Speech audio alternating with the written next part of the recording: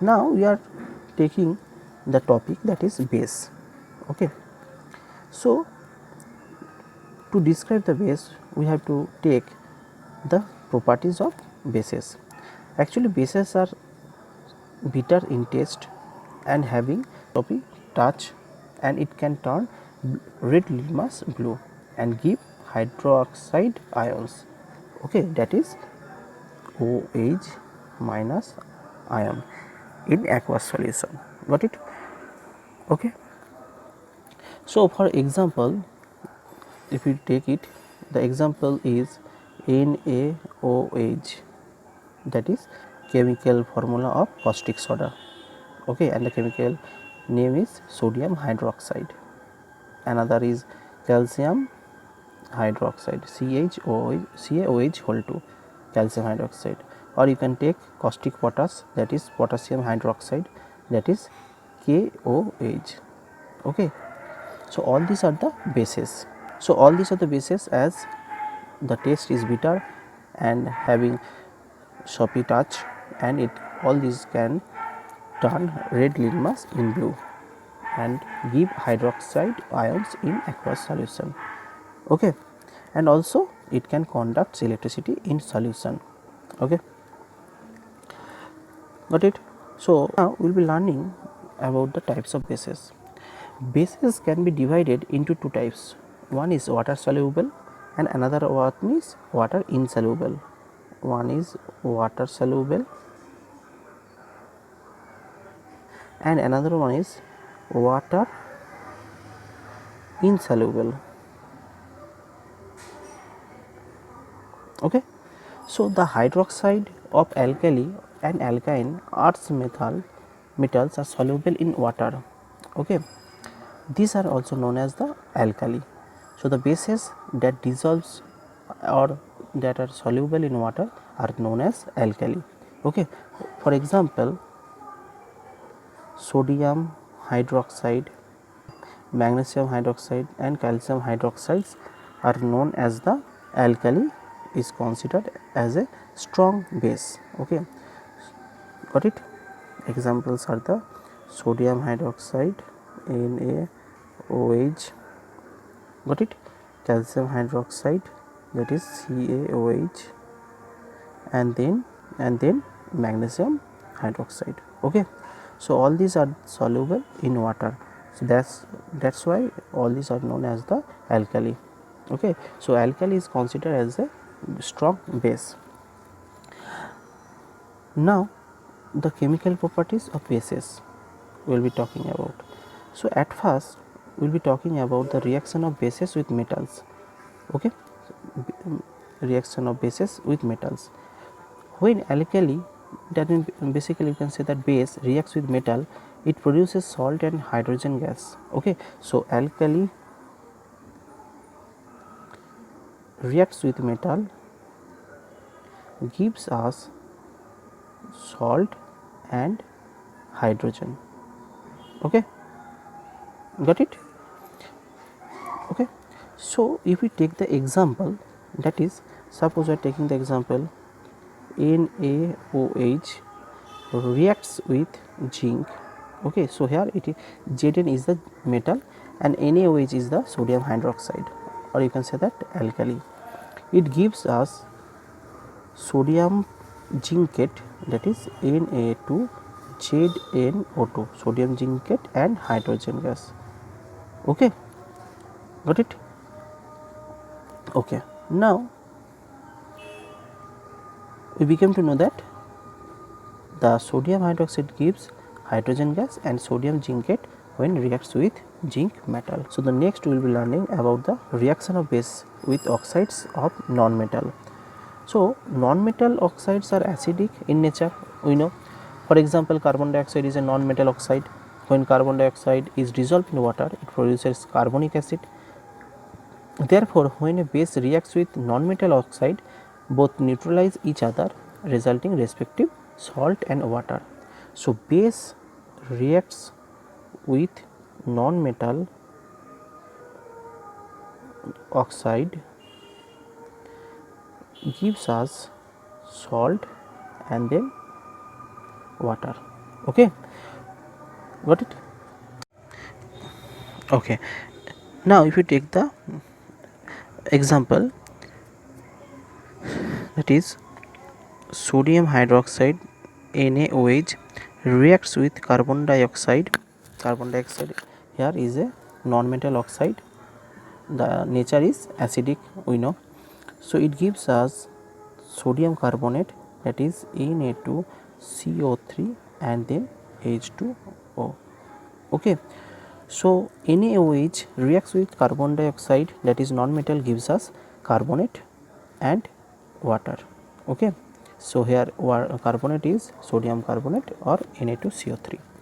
If we take another example for this, we have CaOH, calcium hydroxide, reacts with carbon dioxide, gives us calcium carbonate, that is CaCO3 and H2O as the product. Okay, got it? Got it? So here it gives us salt and water. Here salts are sodium carbonate, calcium carbonate and water as the product. Okay. So next thing we will be learning about the neutralization reaction. So what is neutralization reaction? Neutralization reaction. An acid neutralizes a base when they react with each other and respective salt and water are formed as the product. Okay, so this reaction is known as the neutralization reaction because both of them neutralize each other. So here we can take example. So acid reacts with base, neutralizes each other and gives salt and water as the product. Okay, so this reaction is known as the neutralization reaction. So if we take the example, suppose HCl, that is acid with that reacts with NaOH, that is sodium hydroxide, gives NaCl, sodium chloride is a salt and H2O, that means water. Okay, so whenever HCl, hydrochloric acid, reacts with sodium hydroxide, that is base, is known base, gives us sodium chloride, NaCl as a salt and water, H2O. Okay, got it? If we take another example, that is HCl reacts with CaOH whole 2. Okay, CaOH whole 2, it gives us calcium chloride, CaCl2 and water. Okay, as the product. Got it? Okay, so all these reactions are known as the neutralization reactions because here these two reactions, acid and base, neutralizes each other. Okay, now in this part we will be learning about the reaction of acid with metal oxide. Okay, so basically metal oxides are basic in nature.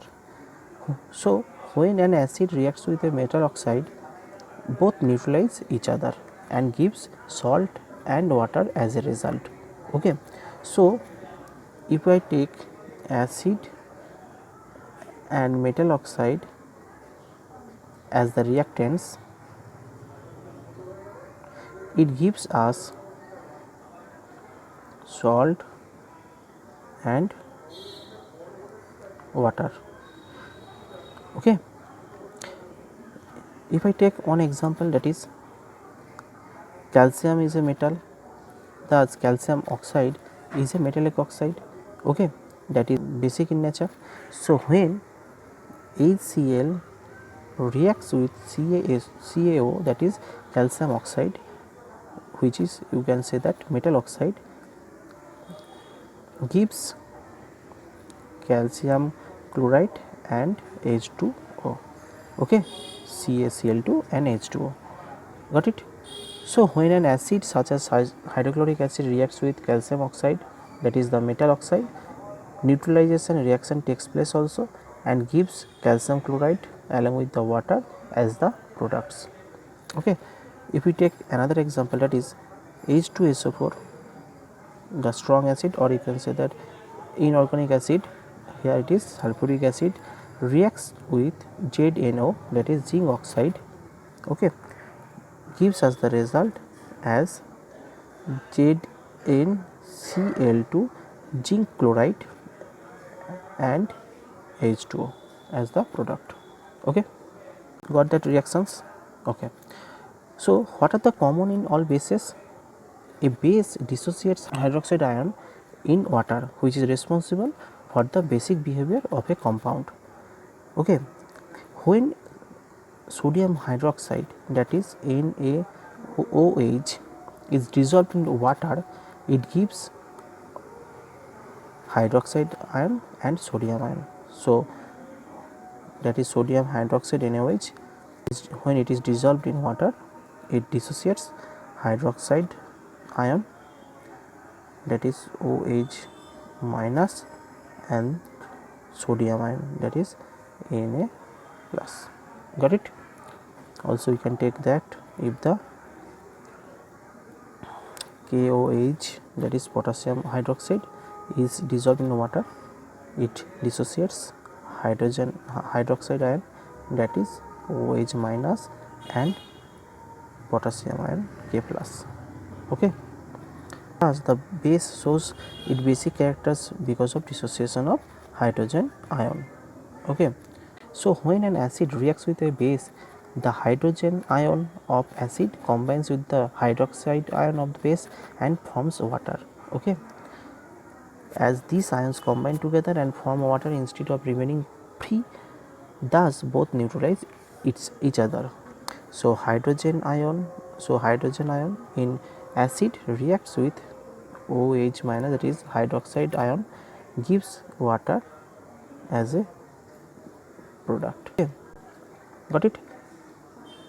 Okay. So if we take a general example to describe this reaction as ion, so we are taking here NaOH, that is sodium hydroxide, and HCl, that is hydrochloric acid. Okay. So if we break this, it will be Na plus OH minus, and then OH minus, okay, and Cl minus. Okay. Na plus, OH minus, and Cl minus. So Cl minus is the chloride ion, Na plus OH minus is the hydroxide ion, and Na plus is the sodium ion. So basically it gives NaCl plus H2O. So it gives us sodium chloride and water. Okay. Now the next part is the dilution of acid and base. The concentration of hydrogen ion in an acid and hydroxide ion in a base per unit volume shows the concentration of acid or base. Okay. So mixing of acid to water, the concentration of hydrogen ion per unit volume decreases. Similarly, by addition of base to water, the concentration of hydroxide ion per unit volume decreases. This process of addition of acid or base to water is called dilution, and the acid or base is called diluted. Got it? So this process is known as the dilution. Okay. Got it? Now this process is exothermic. Okay. So thus acid or base is always added to water, and water is never added to acid or base. Okay. So here is the reason. If water is added to a concentrated acid or base, a lot of heat is generated, which may cause splashing out of acid or base and may cause damage, as concentrated acid and bases are highly corrosive. Okay. So this point is very much vital. Now the next part is strength of acid and base. Acids in which complete dissociation of hydrogen ion takes place are called strong acids, already do you know. Similarly, bases in which complete dissociation of hydroxide ion takes place are known as the strong bases. Okay. So in mineral acid such as hydrochloric acid, sulfuric acid, nitric acid, etc., hydrogen ion dissociates completely, and hence they are considered as strong acids. Since But in inorganic acids, hydrogen ions do not dissociate completely, so they are weak acid. We are taking the part that is the definition of acids and bases according to the Lewis. So, which is known as the Lewis acid? When a substance that accepts an electron pair is known as the Lewis acid, and when a substance that donates an electron pair is known as the Lewis base. Okay. So, here is the example BF3. The boron atom is surrounded by only 3 electron pairs, at below, that is NH3. The N atom has 3 bonds pair and 1 lone pair of electrons. Okay. Alright. Now we are taking the differences of acid and base. Acids turn blue litmus red, bases turn red litmus blue. Okay. Acid change methyl orange to red, but in bases it can change methyl orange to yellow. Phenolphthalein remains colorless in acids, but phenolphthalein gives pink color in bases. Okay. Acid do not give soapy touch, but bases give soapy touch. Okay. And at last, it is important, acids give hydrogen ions in solution, bases give hydroxyl and ions in solution. Okay. Got that? Okay. Go to the next. Now it is the pH scale.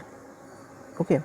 So ultimately we have got all the ideas about the neutralization reaction, acid, base and their properties, everything. Now we will be looking at the pH scale. The pH scale is a scale, you can say, that measures how acidic or basic a substance is. Okay. The scale ranges from 0 to 14, 0 to 14. Okay. A pH of 7 is neutral, a pH less than 7 is known acidic, and a pH greater than 7 is known as the basic. Okay. Got it? Okay. So you can say that the pH scale is used to rank solution in terms of acidity or basicity. Okay. Got it? Let's take the example. So here we are having the scale that is from 0 to 14. Okay. If we take pure water, the pH value of pure water will be 7. That means it is a neutral solution. We know already in the previous slide, if the pH value is less than 7, then the solution is known as the acidic in nature.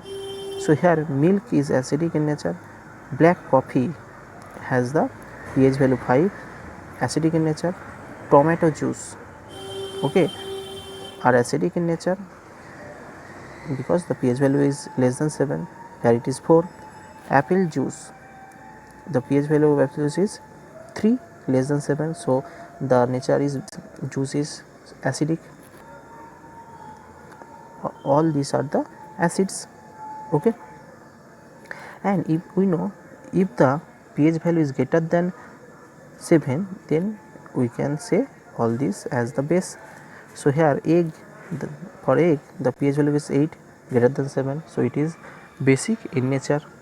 Baking soda is also the example of base, as the pH value is greater than 7 is 9 here. Hand soap, the pH value is 10. Ammonia solution, the pH value is 11. Okay. So all these are the bases because the pH value is greater than 7. Got it? Now we will be learning about the acid rain. So acid rain results when sulfur dioxide, here it is sulfur dioxide SO2, nitrogen oxide NOx are emitted into the atmosphere and transported by wind and air currents. The SO2 and NOx react with water, oxygen and other chemicals to form sulfuric acid and nitric acid. Okay. Here it is formed. Okay, these then mix with water and other metals before falling to the ground. Okay, so while a small portion of SO2 and NOx that cause acid rain is from natural sources such as volcanoes, most of it comes from the burning of fossil fuels. The major sources of SO2, sulfur dioxide and nitrogen oxide NOx in the atmospheres are: number one is burning of fossil fuel to generate electricity. Got it? Two-thirds of SO2 and one-fourth of NOx in the atmosphere come from electric power generators. Number two is vehicles. Okay, so vehicles and heavy equipments. And last is manufacturing, oil refineries and other industries. Okay, wind can blow SO2 and NOx over long distances and across borders, making acid rain a problem for everyone. Now, okay, and not just those who live close to these sources. How does it form? Number one is wet deposition. Wet deposition is what we most commonly think of as acid rain. The sulfuric and nitric acid formed in the atmosphere fall to the ground mixed with rain, snow, fog or hail. And another one is dry deposition. So one is wet deposition, another one is dry deposition. Now we are talking about the dry deposition. Acidic particles and gases can also deposit from the atmosphere in the absence of moisture as dry decomposition. The acidic particles and gases may deposit to surfaces like water bodies, vegetation, buildings quickly, or may react during atmospheric transport to form larger particles that can be harmful to human health. When the accumulated acids are washed off a surface by the next rain, the acidic water flows over and through the ground and can harm plants, wildlife such as insects and fish. The amount of acidity in the atmosphere that deposits to earth through dry deposition depends on the amount of rainfall in an area receives. For example, in desert areas, the ratio of dry to wet deposition is higher than an area that receives several inches of rain each year. Okay, so acidity and alkalinity are measured using a pH scale for which 7.0 is neutral. The lower a substance pH less than 7, the more acidic it is. The higher a substance pH greater than 7, the alkaline it is. Normal rain has pH of about 5.6. Okay, it is slightly acidic because carbon dioxide CO2 dissolves into it, forming with carbonic acid. Acid rain usually has a pH value between 4.2 to 4.4. Okay, so here it is dry decomposition, particulates and gases, and wet decomposition, rain, snow, sleet. Okay, so sulfur dioxide and nitrogen dioxide undergo oxidation process, and then they react with water, resulting in the formation of sulfuric acid and nitric acid respectively.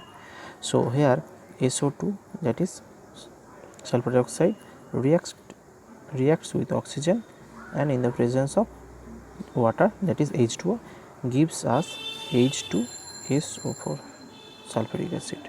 Okay, and Na2, nitrogen dioxide, reacts with oxygen in the presence of water, H2O, gives us nitric acid. Okay, got it? So all these acids mix with rain and or water, fall on the ground and gives us the formation of acid rain. Okay, so what are the effects of acid rain? Acid rain is very harmful to agriculture, plants, animals. Acid rain affects agriculture by the way how it alters the composition of the soil. Okay, it washes away all the nutrients which are required for the growth and survival of plants. It causes respiratory issues in animals and humans. When acid rain falls down and flows into the river and ponds. It affects the aquatic ecosystem. It also causes the corrosion of water pipes. Okay, it damages the buildings and monuments made up of stones and metals. In real life time, one popular example is Taj Mahal. One of the seven wonders of the world is largely affected by the acid rain every year. The city of Agra has many industries which emit the oxide of sulfur and nitrogen in the atmosphere. People continue to use low quality coal and firewood as the domestic fuel, adding to the problem. So acid rain has following reaction with the marbles. Okay, so here the marbles of Taj Mahal made of CaCO3 calcium carbonate, so it reacts with the acid rain, basically H2SO4, and gives us CaSO4 calcium sulfate, H2O water, and CO2 carbon dioxide as the product. Okay, so now so acid rain effects on Taj Mahal very much. Got it? So what are the prevention of acid rain? The only precaution that we can take against acid rain is having a check at the emission of oxides of nitrogen and sulfur. Okay, and being a responsible citizen, one should be aware of the harmful effects they cause. Okay.